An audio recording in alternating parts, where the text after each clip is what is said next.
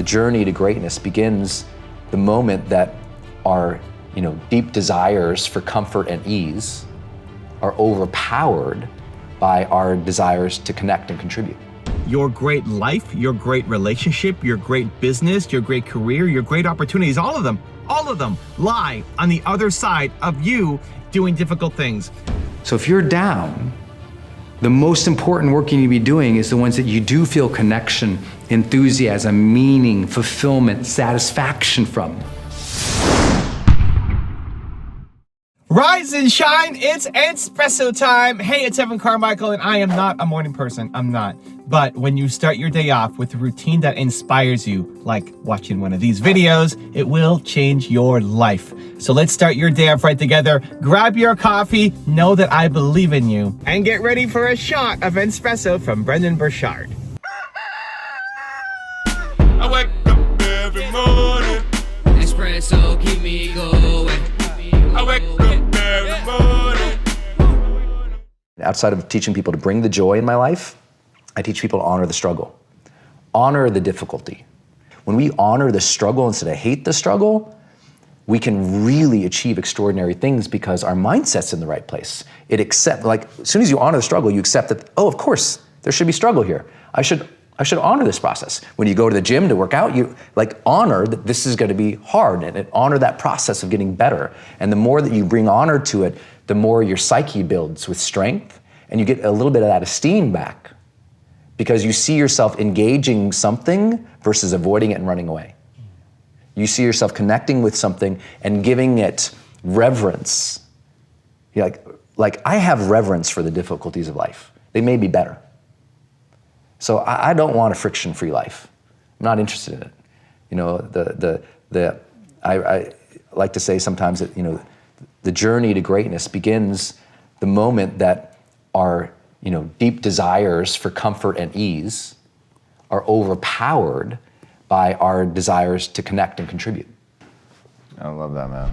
Everything you want out of life is on the other side of hard. Your great life, your great relationship, your great business, your great career, your great opportunities, all of them lie on the other side of you doing difficult things. And it's not just taking on a struggle just for the sake of struggling.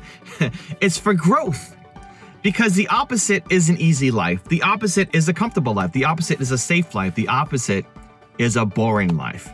If there is no struggle, if there is no chase, if there is no opportunity, you stay stuck. You can have a very safe, very easy life, but it's a boring life because you're repeating the same thing over and over and over and over and over again. The way to have no struggle, well, it's not possible to have zero struggle, but the way to reduce your struggle is to just do the exact same thing every day, is to be bored. And humans don't want that. You don't want that. You want growth, you want learning, you want opportunities. And so recognize that the struggle, the difficult, the hard is what's going to lead you to your great life. So I recently had an opportunity with Brendon Burchard, and he's launching his new program called Growth Day, and he's got these big dreams for what he wants to do with it, and basically revolutionize the personal development industry. He messages me, so he texts me and wants to hop on a FaceTime. And it was actually the first FaceTime I've done. I'm not a big phone user, apart from using videos, but I hop on my first FaceTime ever with Brendon Burchard, and we spend a couple hours talking about where he wants to take Growth Day and what he wants to do. And at the end, he asked me if I would partner with him on launching his YouTube channels. I laid out a strategy for him to have 3 different channels and what it would entail and how to do it. And he at the end said, okay, do you want to partner and help me build it? And at first I hesitated because the initial thoughts that are going through my head are, oh my gosh, I don't want to let him down. I'm already doing, I don't know how many, a dozen plus channels. I don't want to stretch my team too far. I don't want to promise and then under deliver. I don't want him to think that I don't know what I'm doing. I don't want to disappoint. My biggest fear is disappointing people. And we have these moments in life where you have a chance to step into the uncomfortable, step into the new, step into the growth, or stay stuck where you are, and your brain will keep you small. Your brain will keep you on the safe path. But then you regret those decisions. You regret not saying yes. It's not the things you say yes to that you regret. It's the things that you didn't do. It's the opportunities that you had that you know you could have done something and you didn't because you were afraid. Those are the things that you end up regretting. So I didn't want to have that regret. And so I said, I'll help you. We'll do it. Let's do it. And we launched 3 different channels. It's been a crazy amount of work. My team has really stepped up to do an amazing job. And we're likely going to have to bring on even more people to help with our other channels as we continue to scale with the content. But the point is, I was afraid, I was nervous, I was scared, I didn't want to disappoint. And it's not that you are going to be fearless, it's that you're going to feel the fear and do it because of. So how do you do it? How do you step into it? How do you jump on those opportunities instead of playing safe and playing small like we normally do? I'm going to give you some ideas. Number 1, when you hear yourself say scary, difficult, or hard, those are my trigger words. Figure out what your trigger words are. What is your brain telling you why you can't do it? Usually there's some amount of fear based, right? You're afraid of something, or you just find it too difficult, or you think it's too hard. So scary, difficult, hard, whether I write it, whether I say it, whether I think it, whether I am feeling it, if that's the reason, then I have to go and do the thing. You have to teach yourself, especially the fear one, that if fear is not a good enough reason for you to stay small. Not anymore, not for you, not if you want your life. You can't stay stuck because of fear. And we've accepted that, well, I'm just afraid, that's a good enough reason. You need to eliminate that from your vocabulary as a good enough reason. No longer. Scary, difficult, hard, the fact that you said it, you thought it, you felt it, you wrote it, that means you have to go do it. You start just doing that one thing, holy cow, your life changes. Second is the boom, boom, boom test. So this is more for feeling it. Scary, difficult, hard are it's language. It's when you can actually verbalize it. The boom, boom, boom test is more when you feel it and your thoughts aren't coming out clearly yet. So it just means your heart's racing. When your heart's going boom, boom, boom, boom, boom, boom, boom, chances are it's not because some saber-toothed tiger is chasing you. It's because you're afraid of doing something. You're afraid of other people's opinions. You're afraid of rejection. You're afraid of disappointing people. You're afraid of letting people down. That's why your heart's beating like crazy. And so again, that's a physical sign that you have to go do the thing. When your heart is beating like this, unless you are in actual physical danger, it means go do the thing. It doesn't mean go be stupid. It doesn't mean go jump into a lion's cage, right? That's a good thing not to do. Most of the things that we're afraid of are really just disappointing other people and how we're going to be judged. And again, that cannot be a good enough reason for you to stay small, for you not to live your dreams, for you to just constantly live under other people's expectations. How you break free of that is to start doing those scary things. So step 1 is scary, difficult, hard. You say it, you do it. Step 2 is the boom, boom, boom test. When your heart's beating like crazy, again, use that as a trigger, as an action sign to go forward instead of retreating. The boom, boom, boom, boom, boom, boom, boom test is forward. You go into it instead of retreating. And then the third bit of advice I'd have is just expect to suck at the beginning. Expect it not to work out. Expect it not to have high expectations. Expect you not to win off of your first video, your first book, your first public speech, your first whatever. Expect it to actually suck. And it doesn't mean that you suck as a human. It just means that you don't have the skills yet. And you develop the skills by practicing. How do you get better at something? You practice, you learn, you model success. You get better by doing the reps, not by sitting there daydreaming about it. And so this is something that is really core to my heart because so many people I see, and chances are you're that person too. You've got a mission. You've got a deep desire to serve. You want to help others. You know how good it feels to help others. You know what you're doing now is small compared to what you're capable of.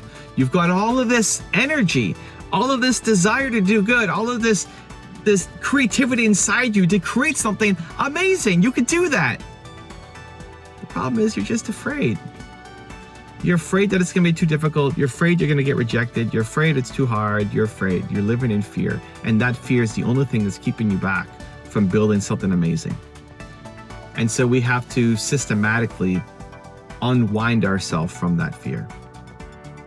And if you can take those 3 steps, When you say scary, difficult, hard, you take action. When your heart's booming like crazy, you take action. And then you expect it to suck instead of expecting to be great the first time out. When you can consistently do that, your life changes, your family's life changes, your community's life changes, and all the people who are exactly like you, who need hope, who need inspiration, who need guidance, who need wisdom, who can learn from your story, the people you know in your heart who you can help, now they're actually getting the help because you decided to have the courage to step up. Now I've got a special bonus clip that I think you're gonna enjoy, but before that, it's time for the question of the day. I wanna know, what was your single biggest takeaway from this video and your plan of action for the next week? When you just get inspired, you watch a video, you get motivated, amazing. The science says you have a 35% chance of actually doing something, actually following through. That, Believe Nation, is not enough. That is not you, not now, not anymore, not today. But when you get inspired and then you create a specific plan of action for what you're gonna do, that number jumps to 91% chance of you following through. And when you commit publicly to others, like leaving a comment in this video, it jumps to 95%.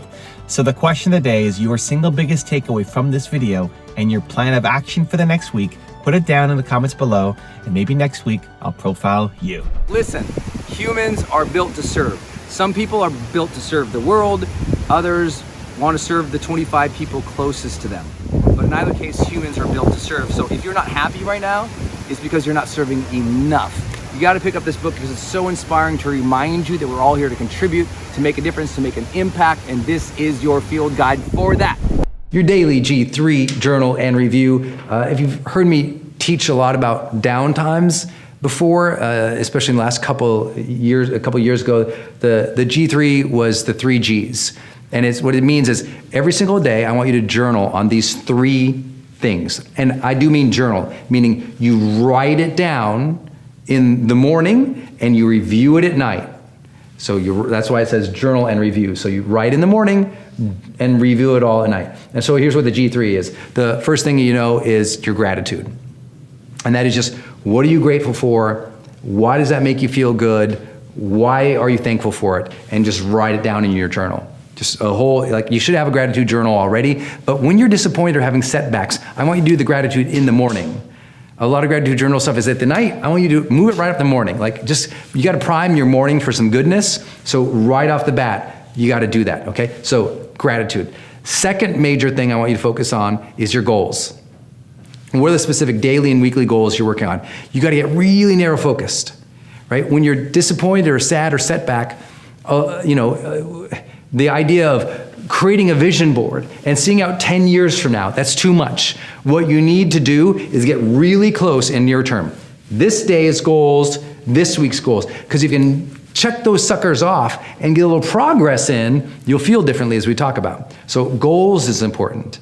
And the third G is goodness. And the goodness is noticing what is good from the previous day. So when you start the day, you're like, okay, what am I grateful for in general, for life?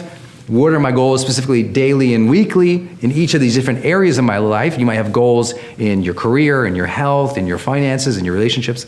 And then the goodness is, what actually good did happen yesterday? And that will just get you in a place where you're like, oh, this day is going to be good too.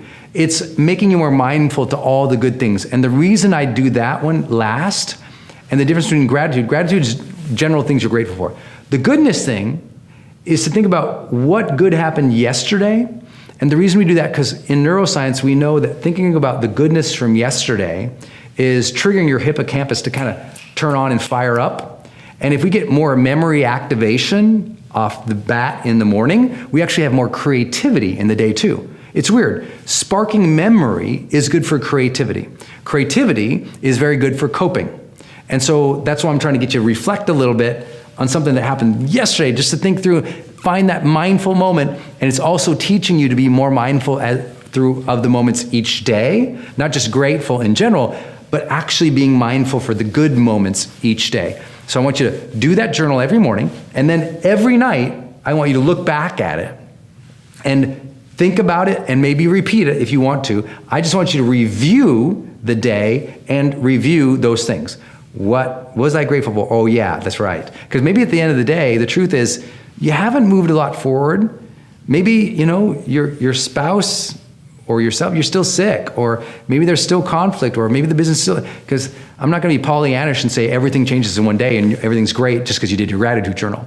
You might get to the end of the day, it still sucks. So reviewing it is going to put you back in that positive mindset that's going to help you then take the next day. This one I forced myself to do. Here's what the 45-day quit rule is. And it's hard for me. I hate this one. I look at all my big project ideas. I don't know about you, but I have a journal with all my big ideas in it, or I have my vision board, or I have an Excel spreadsheet of all these different ideas and projects I want to do. And I've got right, as an example right now, I know my next 6 books I'm going to write. I know them. I know my next 3 campaigns I'm going to launch. I know them. But here's what I have to force myself to do, and I don't like it. I say, okay, if this is a major project that I want to do, even if it could lead to significant growth, if I'm not going to start it, listen to this, if I'm not going to start it in the next 45 days, it's off my plate until next year. And I push it to 2019. I literally just take it from my journal, my little bucket of things I want to do this year, and I put it out into 2019, and I feel so mentally relieved. A lot of people have a lot of anxiety about the number of projects they have on their plate that they really want to do. And so what ends up happening is that anxiety leads to a lot of procrastination. That anxiety leads to a lot of poor prioritization because there's so much to do. They're like, oh my God, there's so much to do here, so I won't do any of it. Have you ever had that? Have you ever found yourself in front of Netflix going, oh my God, I have so much to do, but I just watched the 4th video in the 3rd season. Has that ever happened? You have so much to do, and that's the problem. You have so much to do that you haven't prioritized what you are going to do, so you don't do anything. So what I do is this time of year, I look at all those things that are on my plate, and I get honest. Which ones am I going to start in the next 45 days? And if I'm not going to start in the next 45 days, put it in 2019. Now it's not even on my mental concern. It's not even on my dashboard. No anxiety there. No, oh my God, I still got to get that one in. Nope, it's gone. That's the 45-day quit rule. I encourage you to challenge yourself to try it. If I'm having some dark days and sad times, I'm like, I got to get progress. So what I'll do is I'll identify my 5 major moves. If you read this book, High Performance Habits, you know about the 5 major moves. So I identify my 5 major moves, and I'm like, I'll swiftly move towards one, because momentum can shift mindset. And so if I'm in a dark, disappointment, down, momentum, like achieve some goals, but here's what's important. Notice I said the 5 major moves. That's what I mean with progress. Because what a lot of people mistakenly do is they just start doing lots of tasks and activities that aren't correlated in any way to the meaningful pursuits of life. So here's what happened. I'm bummed, I'm down, so I'm doing a bunch of work. The next day they still feel bummed and down, because what was their work? It was a bunch of activities that actually didn't matter, that didn't give them any meaning. So if you're down, the most important work you need to be doing is the ones that you do feel connection, enthusiasm, meaning, fulfillment, satisfaction from. Those ones that do intrinsically bring you joy. Those are the ones that I want you to progress towards. Matter of fact, I really want you, when you're feeling down, disappointed, major setbacks, dark days, what I really desperately want you to do is stop multitasking and doing all the little busy work things that don't matter. Like put off, if it's Wednesday and you got a stack of bills and they're not due for another 30 days, don't pay the bills that day, because that's not fun. And you got plenty of time to do it later when you feel when you get over this funk. Just say, okay, write the date on those bills, pay them but don't do it today, because that's busy work. Instead, today, find an activity that you find to be creative, compelling, engaging, fulfilling, and do that. Progress towards the things that have meaning. That's huge when you're down. But most people don't do that, because what's comforting, just like eating comfort food, is doing low-hanging fruit activity. Now, I'll pay the bills and answer a bunch of emails, but those small little tasks those don't give you enough bang for the buck to really move through it. And there's a big misconception about that in the culture, including the science, that often says, oh, no, just, if people can complete small steps, small tasks, they'll feel better. And it's like, well, yeah, I mean, we all have this reward system in our brain, and a little dopamine will fall out. But do we want a little drip of dopamine, or do we want the floodgates to come open and feel alive? So I want you to do the activities that are more meaningful, not just like tasks. It's really important. You've got to start creating meaningful moments in your life. What do I mean by that? Well, listen, you and I both know, how many times do you get caught up in the day? You get caught up in the news, you get caught up in your swiping and looking and consuming. You get caught up in your to-do list, you get caught up in all the emails, you get caught up in all the work. And all of a sudden the whole day went by and you didn't feel it. And I'm here to tell you something that really remarkable that I've learned this last year. Last year was my first year where as a high performance coach, I was coaching 2 billionaires. And I'd never done that before. I mean, many of you guys know, and you've been with me on my journey, for 2 decades I've been in personal development. And in this last decade, it's kind of where I made my mark. I published 6 books. We grew our audience to, 5 million on Facebook and, 800,000 or whatever it is on Instagram now, 800,000 on YouTube, best-selling books, traveling. You've seen us fill the rooms and all the events that I do. But this last year was like a whole other level for me. It was so hard, so challenging. We moved, Denise and I. And I also started taking on these caliber of clients. Holy cow, I didn't know if I could handle it. I'm not a billionaire. I got no problem telling anybody that. I'm not out there trying to pretend pretend. You can't fake it with billionaires, they know. And so when I was coaching them, I kind of struggled for a while to figure out what they were unhappy about. I hope that doesn't sound flippant, but I was like, wow, they got so much going for, what's up? Why aren't you happier? If you have everything, right? Like the material things most people are seeking, why aren't you happier? And I'll ask you guys that same thing. Why do you feel like you're not happier? Like, what's going on? Most people, consumer watching this, you're doing okay. You might be unhappy here and there. You might struggle with, especially, a tremendous amount of our audience in personal development is strivers, they're achievers, they're working hard, they're often the leaders in their community, and everybody goes, wow, they're already impressed with you. They're already happy that you're chasing your dream. They're already you're living life on your own terms a little bit. And so are these major people I was coaching. I couldn't figure out what's going on with them. And then I tripped on maybe was it last year, I think it was the end of the prior year. I got it. Here they were doing amazing things, guys, every single day.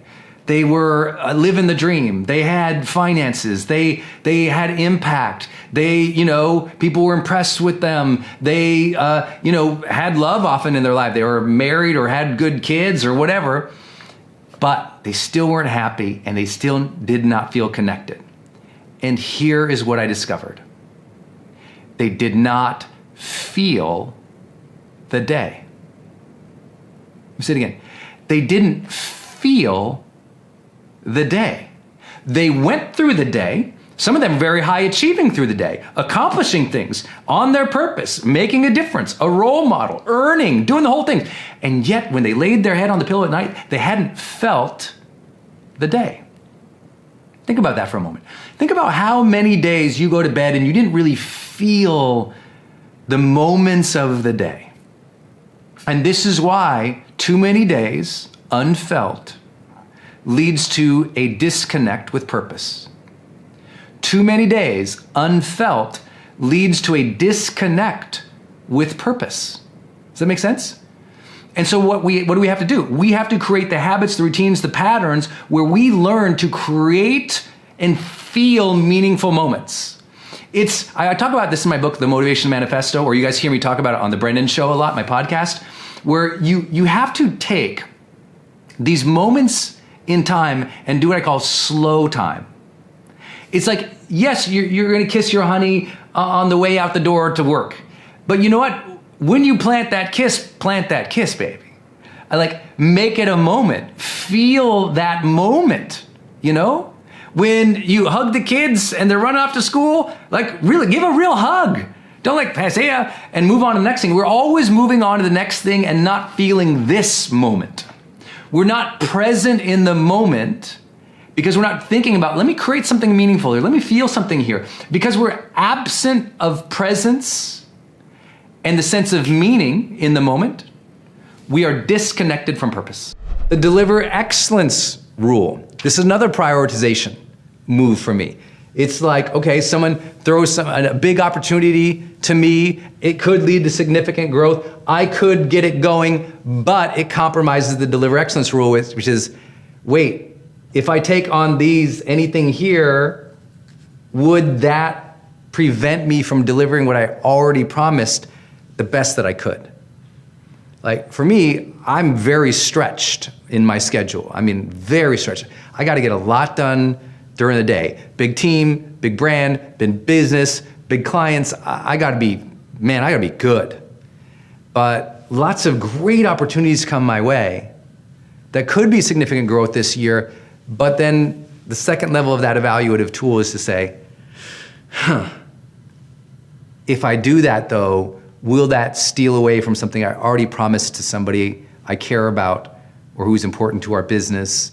Will that make me fail to deliver what I wanted to deliver?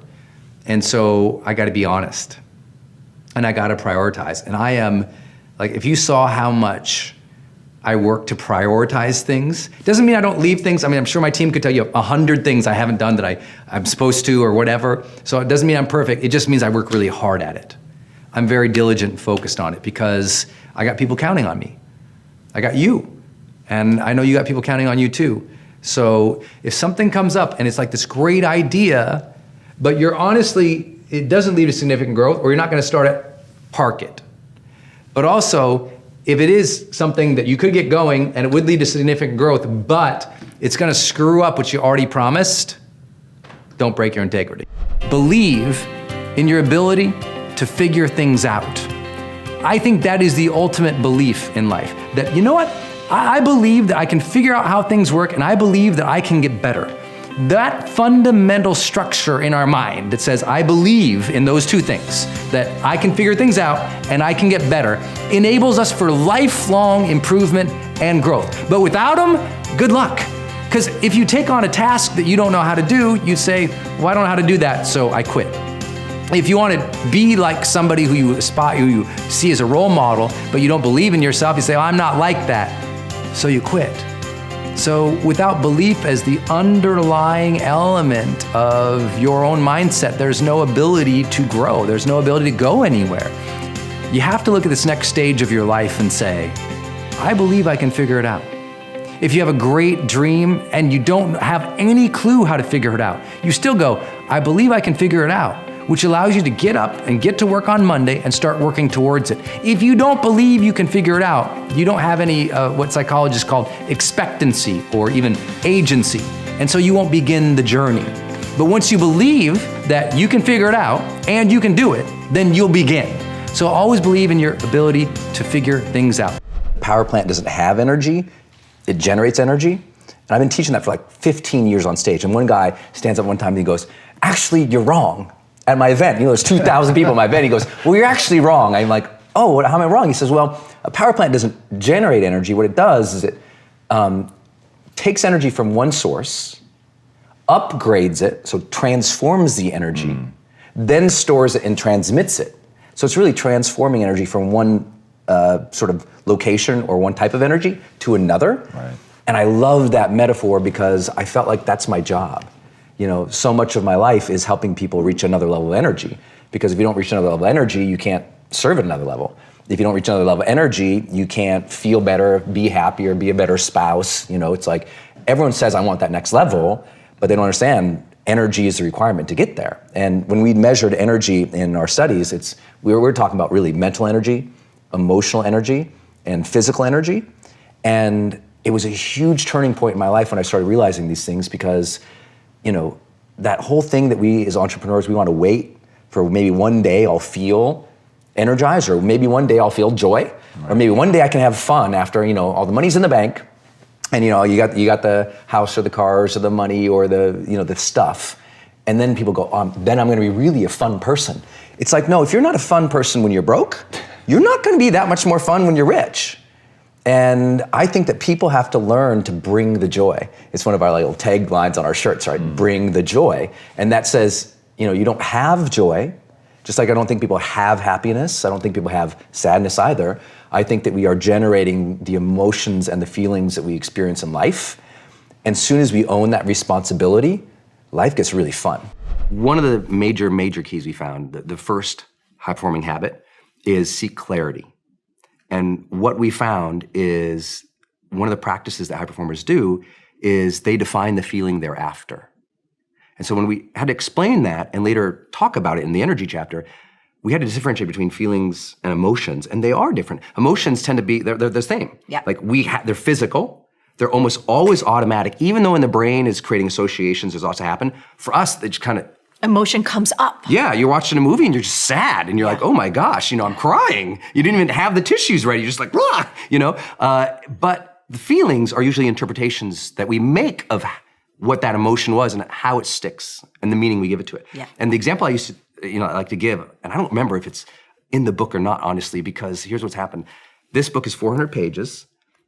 It was 1,481 when I finished. Baby, you edited down. Yes, and it was 1,481 good, complete. Yes. Like it was like awesome. Yes. But I was like, that's gonna freak people out. So we're publishing a bunch in academic journals later and then stripped it down to 400 pages so it's more readable and fun and orientable. So I can't remember if this one actually made it in there, but the example I like to give is if you and I go to a haunted house. Yeah. Which I love. I love them, and they scare me the crap. But if you and I walk around, you walk around one of the walls in a haunted house, someone jumps out at you. Yeah. You and I are both gonna jump. Yes. We are emotionally going to experience fright immediately. It's gonna be there, right? But I might be freaked out for the next 5 minutes, and you might be laughing. Why? It's the meaning and the feeling that we've defined it as. That's fine for everybody. Here's the issue that people have, and you have to be careful about when we start talking about energy, because emotional energy is real. Yes. And that is, look, if at 6, like we go to the haunted house at 5 p.m. in the afternoon. If at 9 p.m. now you're in your house, you're alone, but you're completely safe, and you still feel scared, that's not the haunted house's problem. That is the way that you are defining and working through your own emotions. You had the emotion of terror and fear, and you're still experiencing that feeling. That's a mental job, not an emotional job. So your job is to go, wow, I'm at my house. I've lived here for 10 years. I've never been threatened in this house. This is a safe place. I gotta redefine the feeling I wanna experience. And I work with an Olympic sprinter, gold medalist, Olympic sprinter, as a client. And this person's huge breakthrough in getting better, in going from literally won Olympics before, not medaling at all, to now gold. I said, what was the thing? Yeah. And one of the things they said to me was, I learned to define the feeling. And I said, what do you mean by that? And he basically said, if there's a bunch of us at the starting blocks and we're all in perfect poise and perfect condition, the one to bet on is the one that says, this is the way I want to feel in this race right now. I know my emotions are going crazy. Like my heart's beating. I can hear everybody. I'm waiting for that shot blast. I can see my goal. I know how important this is. And all these, their emotions are there. Yeah. But that person's defining the feeling going, I'm going to feel centered now. I'm going to get myself in the zone now. Even though the emotion of anxiety is there for all Olympic level competitors, all of them. But they define that emotion as a feeling that helps give them a performance edge. And I think that's important too. Bruce Springsteen says if he's ever backstage and doesn't feel like nerves, he's gonna hang it up. Yeah. But that's anxiety, he's just defining it differently. No matter where you are in accomplishing your dreams or moving towards the things that you really want in life, never let your small beginnings make you small-minded.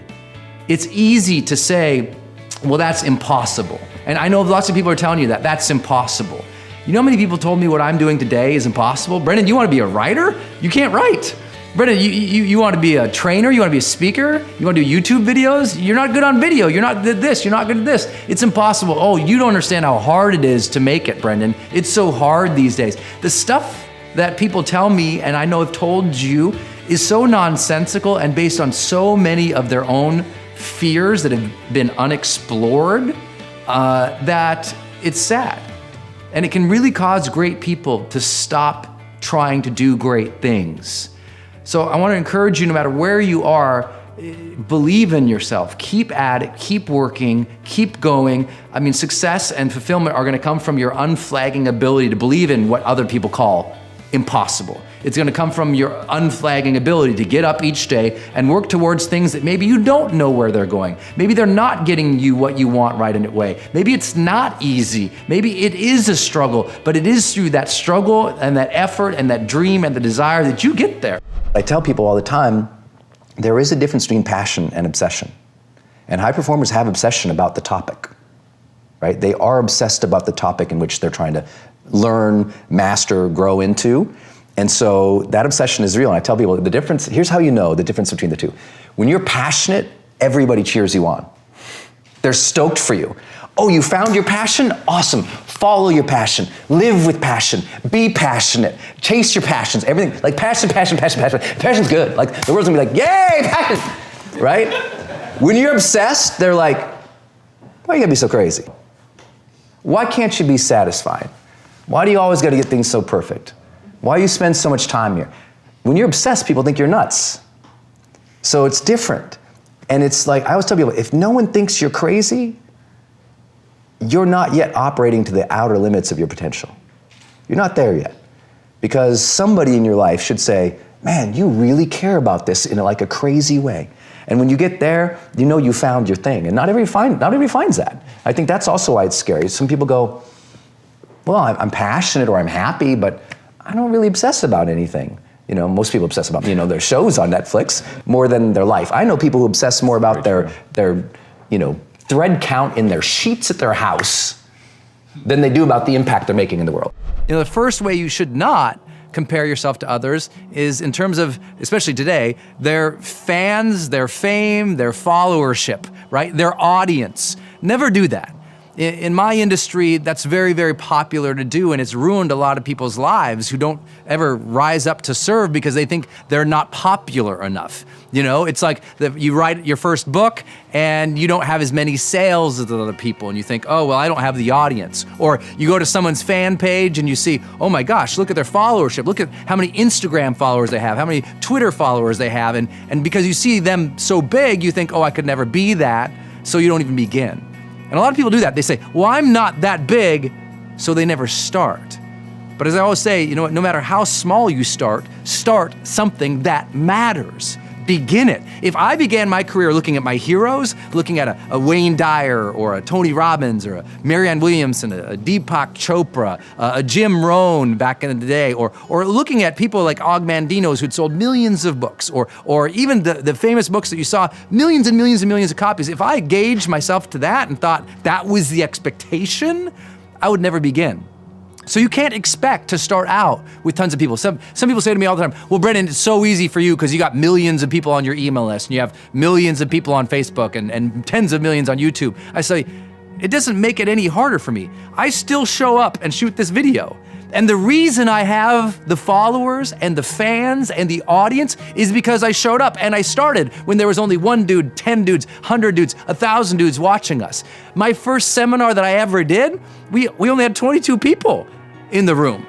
And now we fill up seminars 9 times a year, often from people from 46 countries around the world, fly in, paying thousands of dollars a ticket. And what did I do? I started with 22 people in a room, and most of those people didn't even pay. And every time the guy walked in with water, I counted him as one of those 22. I had no followership. It's never about how big you start. It's that you start, and you get big by staying at it. Because what people do is they put out their first video, they write their first book, they try their first thing online, and nobody follows, nobody watches, and they quit. They get disappointed. And where there's disappointment, there was too high of an expectation on achievement versus learning, versus process, versus beginning.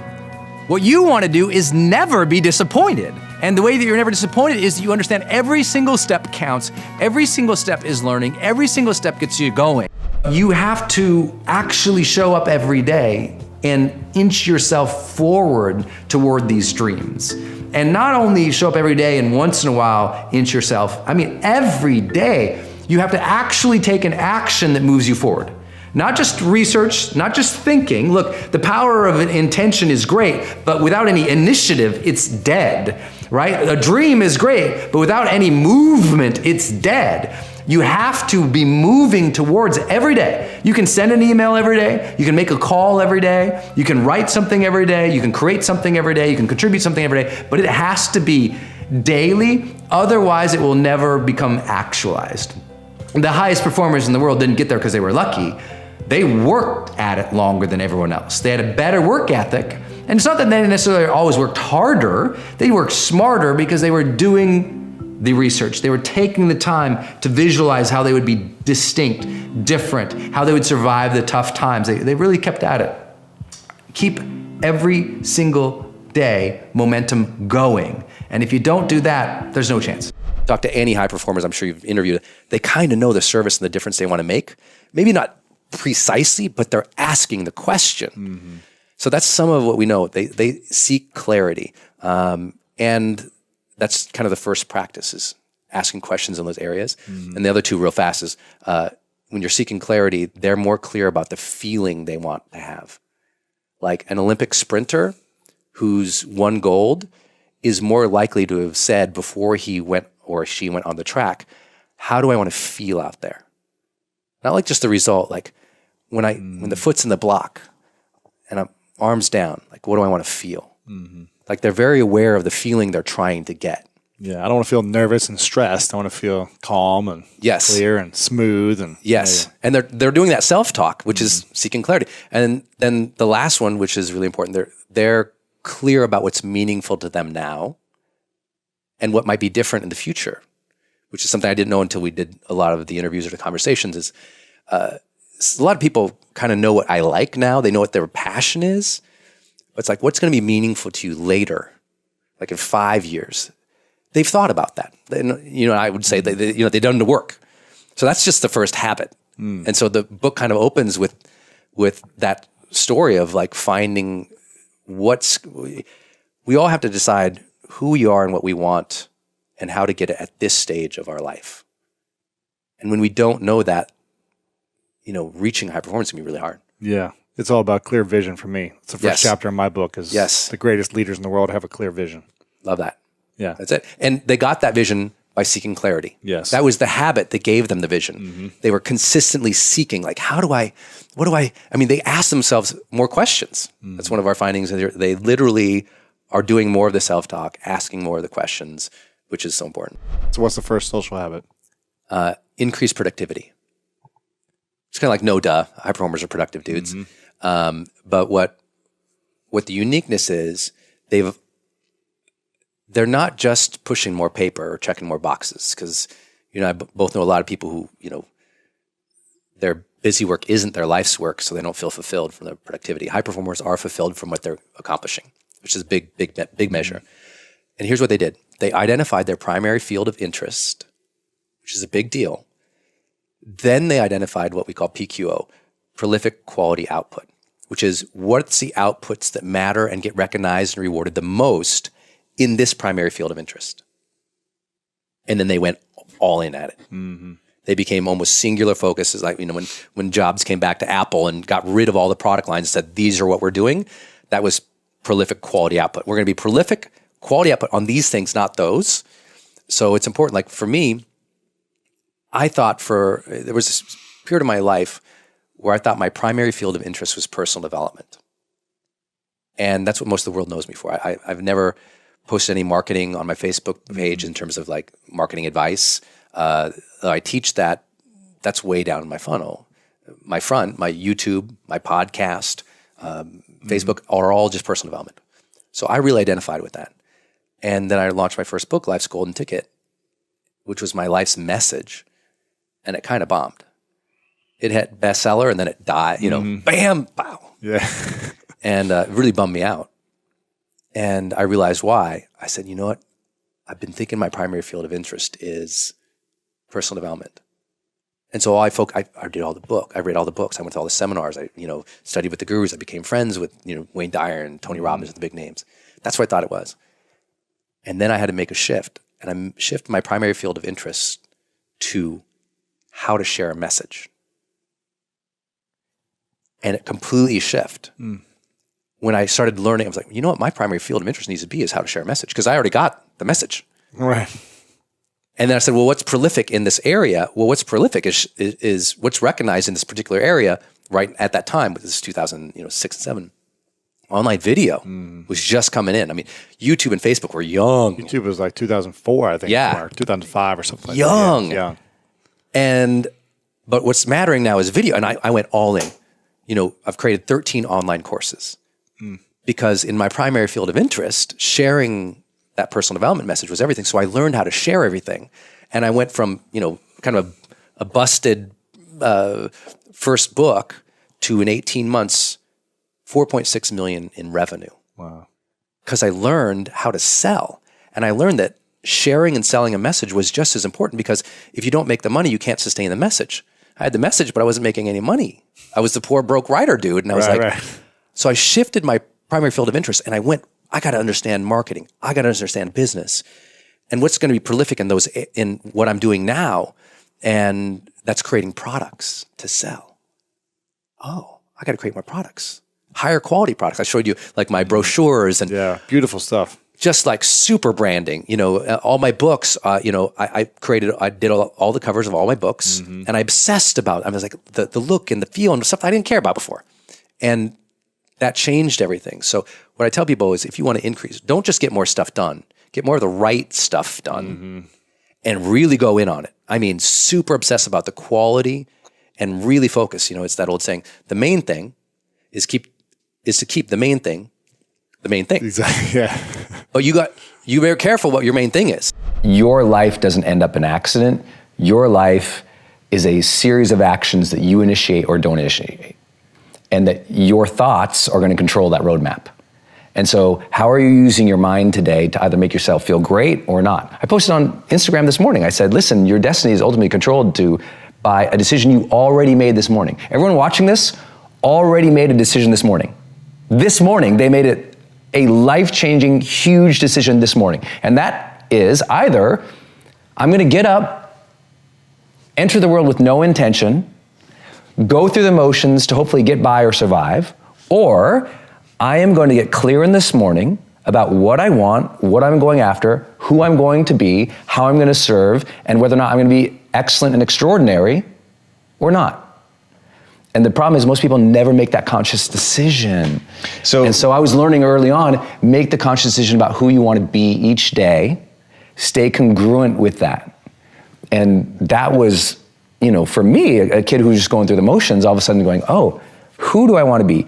What do I want my relationships to be like? That was really important. And then I started setting personal challenges every month. You must define your mission. You need to have a mission for what you're doing today. You need to have an intention for what your next task is going to be. What happens is most people just kind of show up and they go, okay, well, I guess I'll do some stuff, but they have no intention whatsoever, so they end up doing too many things that mean nothing towards their mission. You should figure out what is it you desire in life and figure out the steps to get there and start working a plan to get there and minimizing everything else. Getting very clear on the mission, and working the plan. Everything else, guess what it gets? A no. Until you reach that mission or until you're significantly on your way, that you have free resources to be able to focus elsewhere. And that's what people do. They take on too many projects because they're not clear about their mission. Because I'm guessing if you're watching this, you're somebody who wants to add value and make a difference in the world. So anytime someone asks you to do something, you're like, yeah, let me help you. But that might not have anything to do with the quality of life or the objective or the thing that you're trying to achieve or the service you're really intending to offer, right? And I know how hard it is because I'm so pulled myself towards causes and towards volunteerism, towards helping so many people. But guess what? If I help everybody in lots of different areas, I might not make my ultimate mission of serving the people I want to serve the most. of making my dreams come true so I can support more people, of running my business so I can support more people. Meaning it's easy to take your eye off the ball if you don't know what the ball is. And people often have never defined their mission. And if you don't have one right now for this day, if you didn't have a drive, a mission, a written down statement about what you were going to accomplish today, a checklist, a goal sheet, a time management tool that you filled out today, and you're just showing up today and going, well, I guess I'll see what my inbox tells me to do today. And you just respond to everybody else's desires and everyone else's emails, and you're just always in reaction, always responding to everybody. No proactivity towards a mission that you defined yourself, you'll be lost. You'll find that because you never focused on that one thing or moving towards those several things that were your priority, that you're just lost. Because, and here's another thing, focus goes out the window when we don't have progress, right? If we're not progressing towards something, our focus goes out the window. We just don't pay attention to anything. We don't feel good about ourselves. You want to get more focus in your life? Get more progress. As you progress more, you start to get excited. You start to pay attention to things that are working, that are moving you forward, and you start to find more focus in your life. If you're not doing block time, here's what your day might look like. You have all these different slots of time, right? And you're just gonna plug in as you go through the day. You're gonna plug in, I'll work some there, and I'll work some there, and then I'll try to cram stuff up. Right at the end of the day, I'll try to cram that sucker in. Any crammers? Okay, just checking. No judgment. You're just not going as fast as you could. That's all. Crammers, I love crammers. Just like, because they're easy to get to move faster, because you do have that diligence of when there's a deadline and it's on, you can go, which really serves you. But we got to take you from a crammer to a preparer to a high performer. And the way that we do that is to look at this and go, listen, if you keep leaving all these time slots to randomness, what happens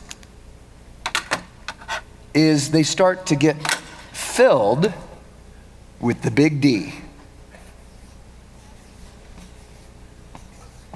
Distraction.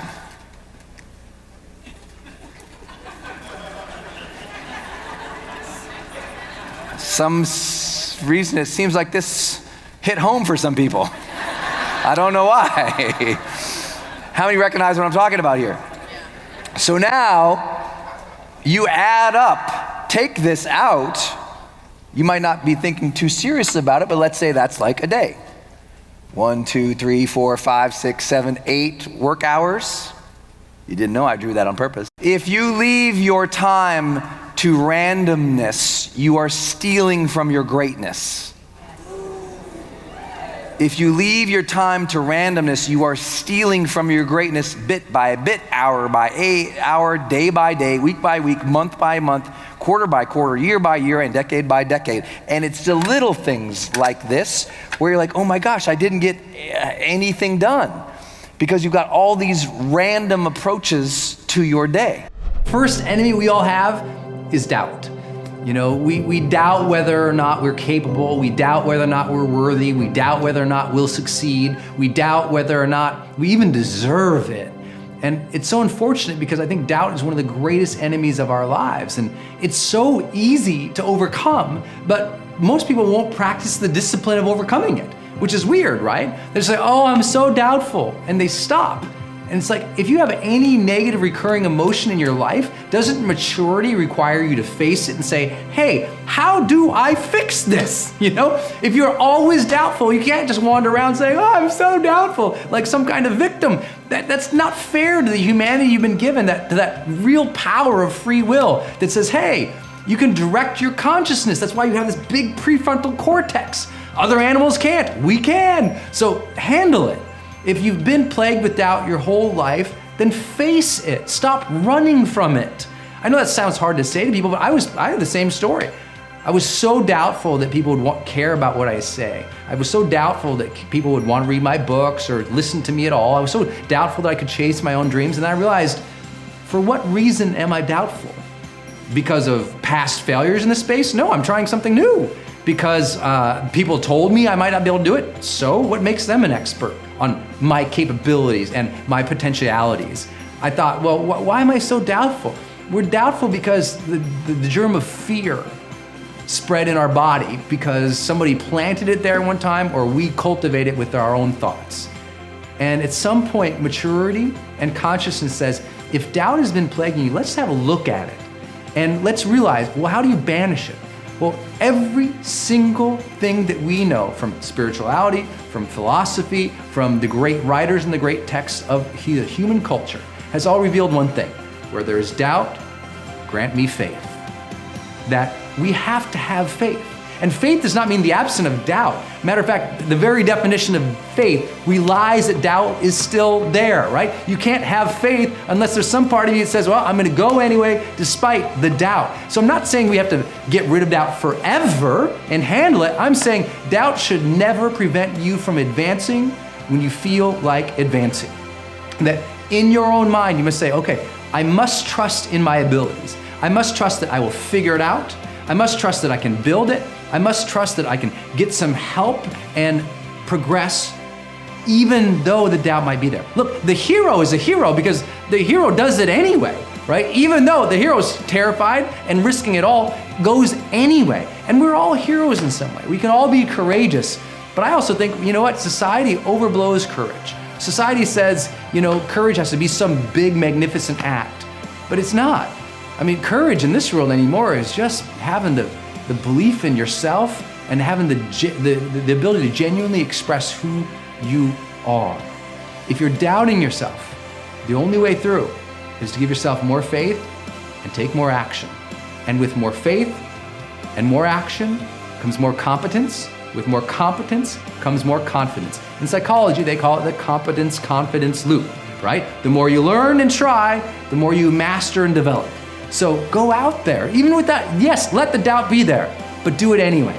Why do you think people can slip into an obsession over Netflix or whatever, or thread count, but they don't do that for something that could really change their life? Feedback. That's interesting. It's not what I expected you to say. What do you mean by that? Because, you know, buying something or getting pulled into Netflix, being obsessed about something that gives you no feedback is not scary. A real obsession, like trying to make an impact in the world, you're gonna get feedback. You try to make a difference in somebody's life, they're gonna tell you, that doesn't resonate with me, Brendon. You try to make a difference in a nonprofit, you try to change the world, you try to start something like this, and the views come or they don't come, there's feedback. And people are terrified. It's one of the 4 central fears we all have is rejection. We're terrified, like to be rejected. And think about, if you really wanna make an impact, you're going to get a lot of judgment, you're gonna get a lot of hate, and ultimately you're gonna get rejection. People are gonna like just diss on you, people are gonna say that's not good enough, people are gonna say, who do you think you are? And people are so worried about that they stop. And so it's easier, things that don't give you feedback. Watching Netflix don't give you no feedback. It's easy, there's no disappointment there. Even if you don't like the show, what do? You just go on to the next show. There's no disappointment there. You know, I think trying to make an impact, there's a lot of disappointment and fear and potential for rejection. So people don't get obsessed about making a difference and making an impact because it can hurt. What we found in our research, which surprised me, high performers do not report working on their strengths any more than regular people. Mm-hmm. So that's not what gives them the edge. One of the chapters opens up with this guy. He wrote this email, really highly successful guy. And he wrote this email to me, says, you know, and I'd put him through all this. I put him through StrengthsFinder, the Berkman, the Colby, the Myers-Briggs, put him through everything. This is one of my first coaching clients ever. I knew everything about him. We knew all his background, did all the homework, had his peer review, you know, his 360 assessments from work. And then I watched him fail for 2 years. And he wrote me this email and he said, Brendon, stop telling me like what successful people are like because we know my strengths, I'm not getting ahead. And start telling me what they do. And that's what this book became about. It's like, what do you need to do? Because, and in this email he wrote this, which is where that finding came from. He said, this was so good. Listen to this line. He said, as a leader, I have to be honest with myself that my mission and vision should never be made to bow down to my limited human strengths. I should have to rise up to my mission or vision. The strengths aren't the relevant thing. The question is, what is necessary for me to develop into to reach that mission? It's like, your strengths are great. And it's like, yes, of course do your strengths. But that's kind of like, what I tell people is like, let's imagine you have a bear. And that bear wants to go on top of this cliff over here. And it's never been on the cliff. And he wants to get that new honey up there, right? Telling the bear to focus on his strengths, to go somewhere it's never gone before and do something it's never done before is stupid. It's like saying, hey, you know what? Just try being more of a bear. Right. If you say, Brendon, I got this big new vision. I just say, just try being more of Lewis. I mean, it's a spiritual level that feels good, but you and I both know you're going to have to develop far beyond your comfort zones. And strengths are typically comfort zones. Yeah. We got to overcome that and go to the next level. And develop new skills and overcome certain fears and all these other things that are going to help us get to the next level. Is that right? Or? Yeah. The whole conversation of beyond the comfort zone really requires us to go beyond our strengths. I'm a writer, I'm a coach, and I'm a trainer. My job is to share things that are relevant to the teaching point. So it's, what am I trying to teach? Now I'll share case studies about my life or some research, but it's pretty limited towards only what I'm teaching. And people sign up for me to teach a very specific thing. So they're not seeing the whole picture of my life. They're just learning that specific thing. So I think it also left a lot of people going, okay, he's super successful, but I don't know anything about him. Right. And that created... It's hard to trust people you don't know anything about. Yes. Or you read the Motivation Manifesto, right? There is no Brendon in that book. The publisher famously turned down the book. We had a $2 million book deal. I turned in the book, and the editor goes, what the hell is this? You wrote it like it's, 1776. There's not one story of you in here. Your audience wants to know about you. I'm like, yeah, but that's not what I'm writing for. I'm writing for the art. And so they said, we can't publish and we can't this book is unmarketable. So you wrote a $2 million check back. Wrote it back, which is painful because I already spent it. But then you went and sold 1 million copies. Yeah, then we went into 32 weeks on the New York Times bestseller list after they turned it down. With no publisher. Well, I guess you had we went to Hay House and they supported it and distributed it and did a great job on it. And I love them, and their community really got behind the book because they knew I wrote it for the art, not for I didn't sell out on the book. This was my my art has never been like talking about Brendon. My art has been, I want to teach, but I want to teach in a way that really hits you in the heart and gives you habits that you can implement in your life. But that also took me out of the picture a little bit because I didn't want to be the guru. I didn't want to be, I'm from Montana. We're pretty private there. And one of our main sayings there is, the time to have the map is before you enter the woods. So I just wanted to hand people the map. I didn't want to hand people like, look at me. I also had a big influence from my high school journalism teacher. And she said, there's two kinds of people. One who walks into a room and goes, here I am. And the other person walks into the room and goes, there you are. If you want another amazing Brendon Burchard video, check it out right there next to me. I think you'll love it. Continue to believe, and I'll see you there. A lot of people don't do the work because they don't believe the outcome. The biggest problem for me, for you, for Brendon Burchard, for everybody is don't take the risk of quitting your current job to follow your passion.